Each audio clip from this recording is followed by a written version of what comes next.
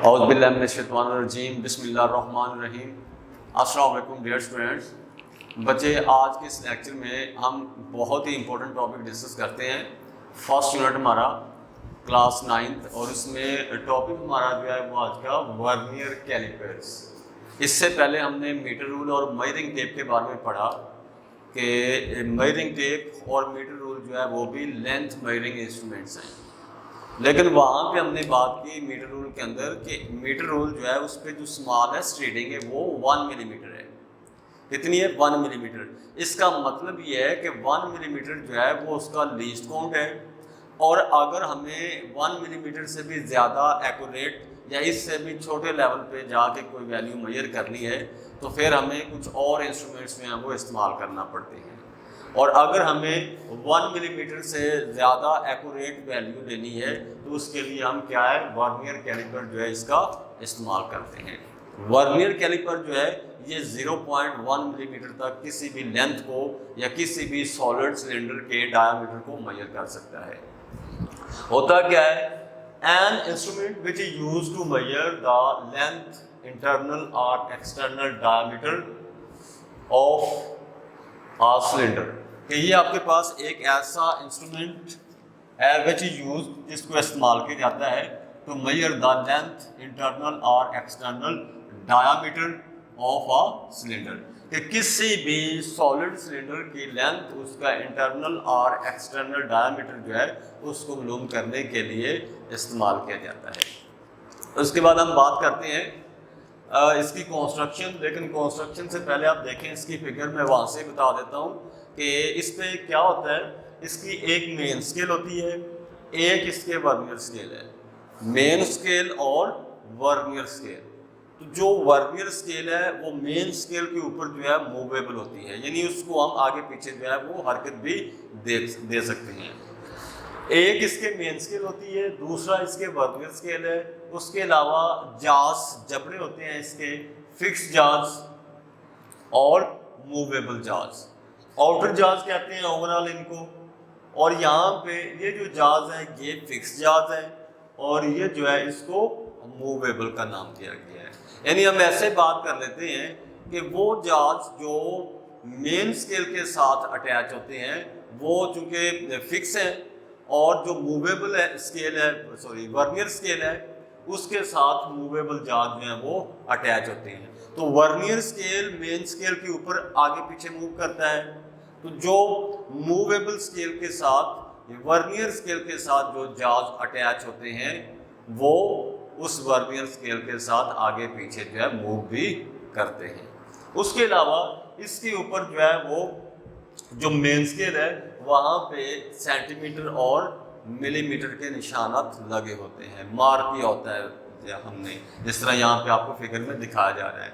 इसके अलावा आपके पास जो मूवेबल स्केल या वर्नियर स्केल है हमारे पास, वहाँ पे भी जो है डिवीजन्स हैं, 10 डिवीजन्स होते हैं। जो मूवेबल स्केल है यानी वर्नियर स्केल, उस पे हमारे पास 10 डिवीजन्स होती हैं, और जो मेन स्केल है उस पे सेंटीमीटर और मिलीमीटर के निशानात लगे होते हैं। मेन स्केल पे जो छोटी तरीन रीडिंग होती है वो मिलीमीटर है, 1 मिलीमीटर। और जो वर्नियर स्केल है उस पे 10 डिवीजन्स होते हैं। नंबर ऑफ डिवीजन जो है उसके वो 10 होते हैं। उसके बाद हम बात करते हैं इसके लीस्ट काउंट की। जब हमने लीस्ट काउंट फाइंड करना है तो उसके लिए हम लीस्ट काउंट की डेफिनेशन भी हमारे पास, the difference between 1 small division on main scale and 1 vernier scale division is 0.1। यानी ऐसे बात करने अब कि जो मेन स्केल रीडिंग है, छोटी तरीन स्मॉलेस्ट रीडिंग वहाँ पे वो हमारे पास होती है। Smallest reading on main scale कितनी होती है? 1 मिलीमीटर। ये मैं ऑलरेडी बता चुका हूँ कि इस पे जो मेन स्केल पे निशानात लगे हुए हैं, जो छोटी तरीन रीडिंग होगी यहाँ पे वो हमारे पास क्या होगी? 1 मिलीमीटर।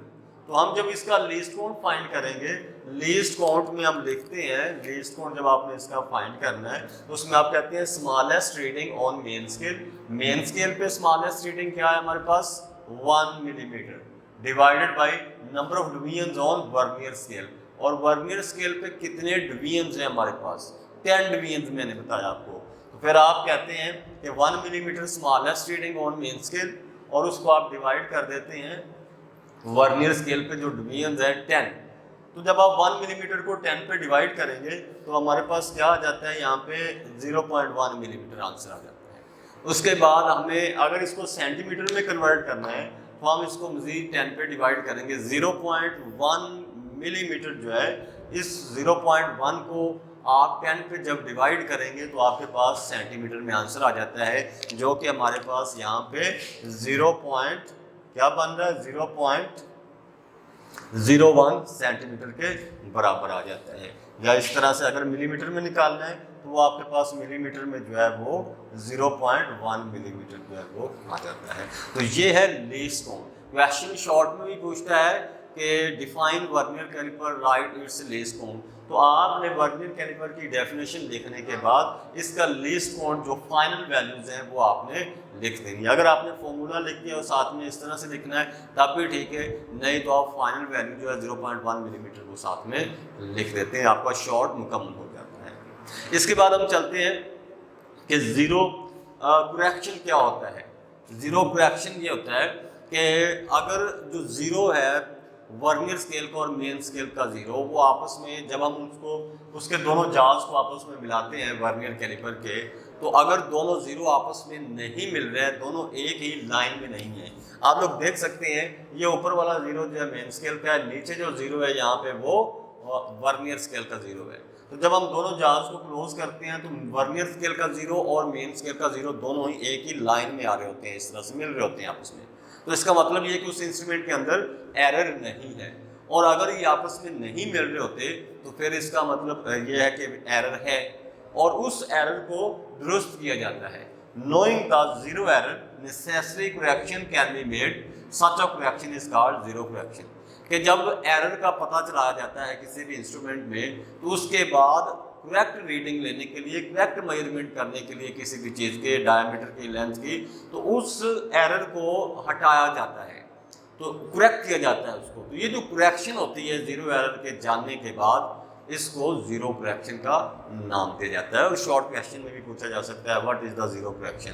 तो knowing the zero error necessary correction can be made to find the correct measurement, such a correction is called zero correction.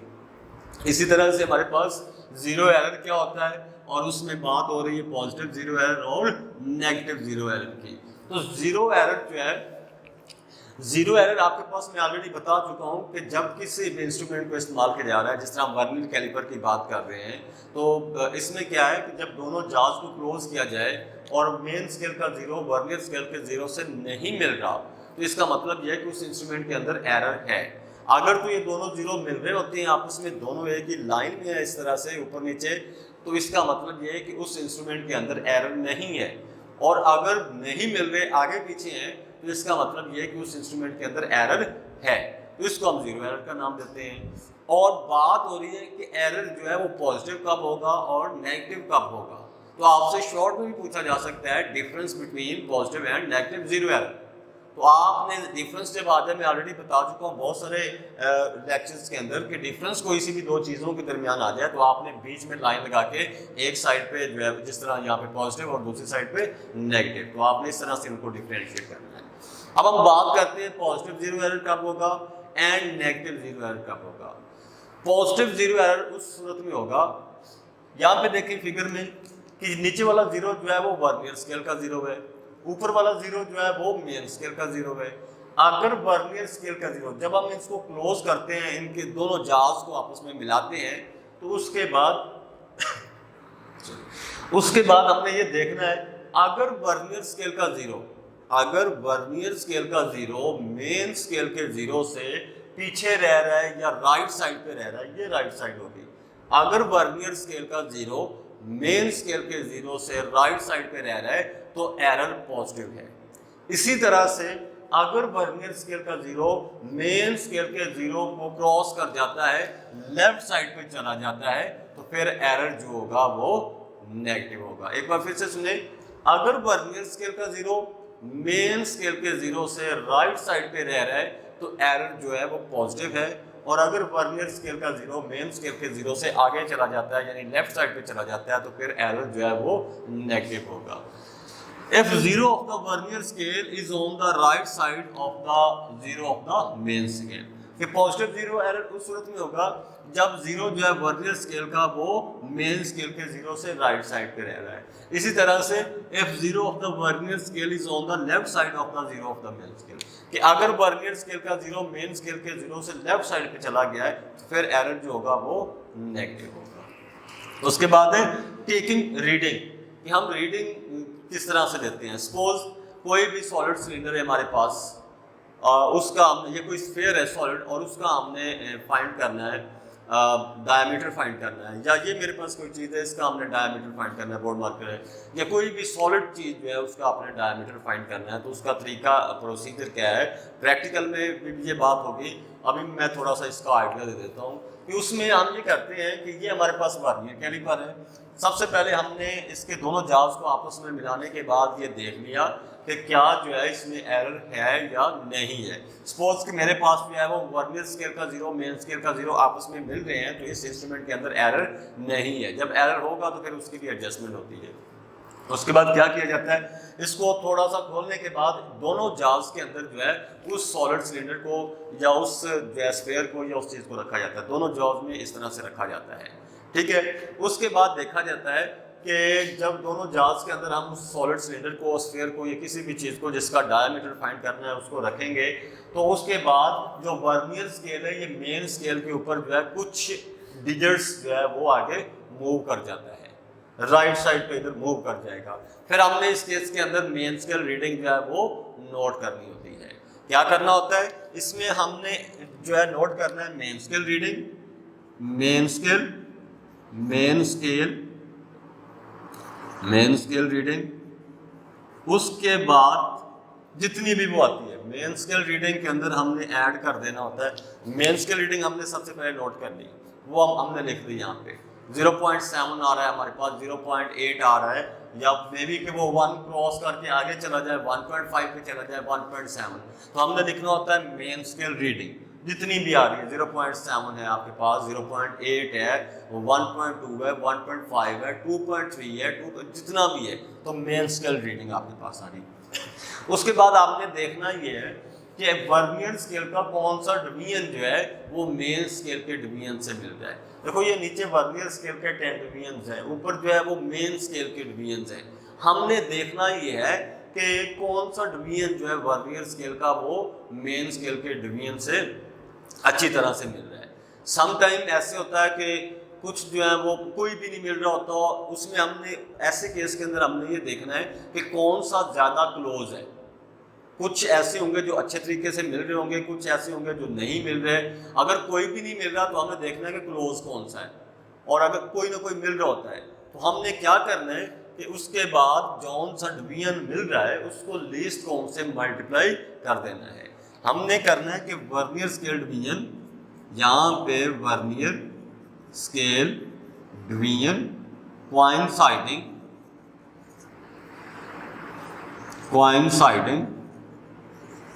with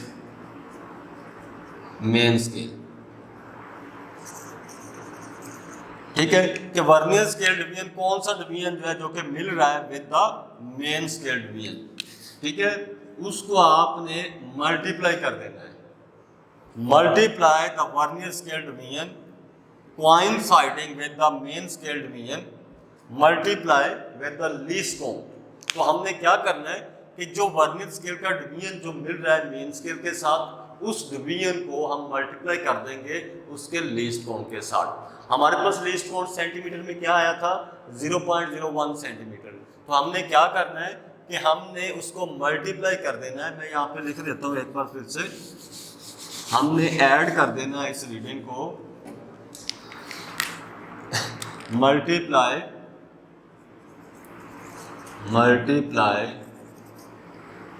least count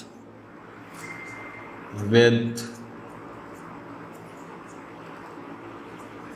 vernier scale division coinciding with main scale. जी क्या करना है, multiply least count with the vernier scale division coinciding with the main scale. कि आपने least count जो होगा vernier caliper का उसको मल्टीप्लाई कर देना है किसके साथ, with the vernier scale division, vernier scale का वो division coinciding with the main scale division, जो कि मेन स्केल डिवीजन से मिल रहा है।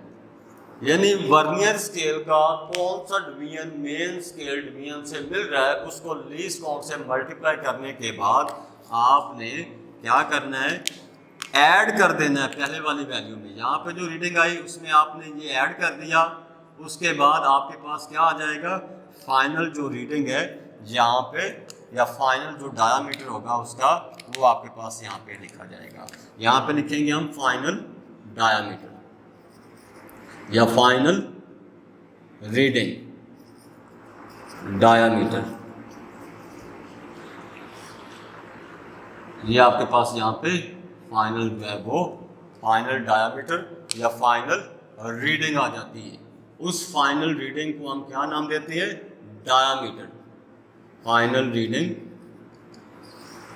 वो आपके पास क्या कहलाएगा, डायामीटर। उस सॉलिड सिलेंडर का या उस स्फीयर का जिसको हमने दोनों जाज में रखा था उसका कहलाता है वो फाइनल रीडिंग उसकी या उसका डायमीटर। एक बार फिर से सुन लीजिए कि जब रीडिंग हमने लेनी है तो मेन स्केल रीडिंग उसको दोनों जाज में रखने के बाद, उस स्फीयर को या उस सॉलिड सिलेंडर को दोनों जाज में रखने के बाद हमने मेन स्केल रीडिंग नोट करनी है। उसके बाद हमने सबसे पहले हमने देखा कि क्या एरर है या नहीं है। सपोज के उस इंस्ट्रूमेंट के अंदर एरर नहीं है, फिर दोनों जाज के अंदर उस स्फीयर को या उस सिलेंडर को रखा। उसके बाद क्या है, वर्नियर स्केल जो है वो मेन स्केल पे कुछ डिजिट आगे चला जाएगा। हमने नोट करनी है रीडिंग की मेन स्केल रीडिंग क्या है, जितनी भी आ रही है, सपोज 0.7 है, मैंने बता दिया 1.2 है, जितनी भी आपके पास आ रही है।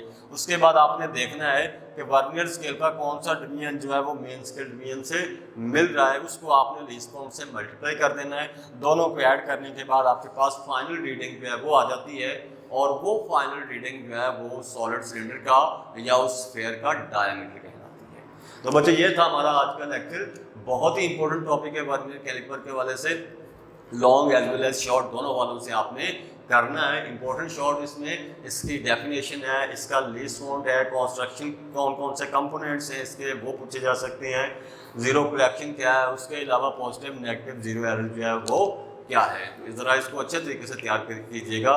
और नेक्स्ट लेक्चर जो है हमारा वो माइक्रोमीटर स्टिक गेज है, जिसमें अगर हमें मीटर रूल से ज़्यादा एक्यूरेट वैल्यू चाहिए थी तो हमने वर्नियर कैलिपर इस्तेमाल किया, और अगर हमें इससे भी ज़्यादा एक्यूरेट जो है वैल्यू चाहिए तो फिर हम माइक्रोमीटर सेकंड गेज जो है उसको इस्तेमाल करते हैं। तो इंशाल्लाह नेक्स्ट लेक्चर में चल के हम उस पर बात करेंगे। तब तक अपना ख्याल रखिए। अल्लाह हाफिज़।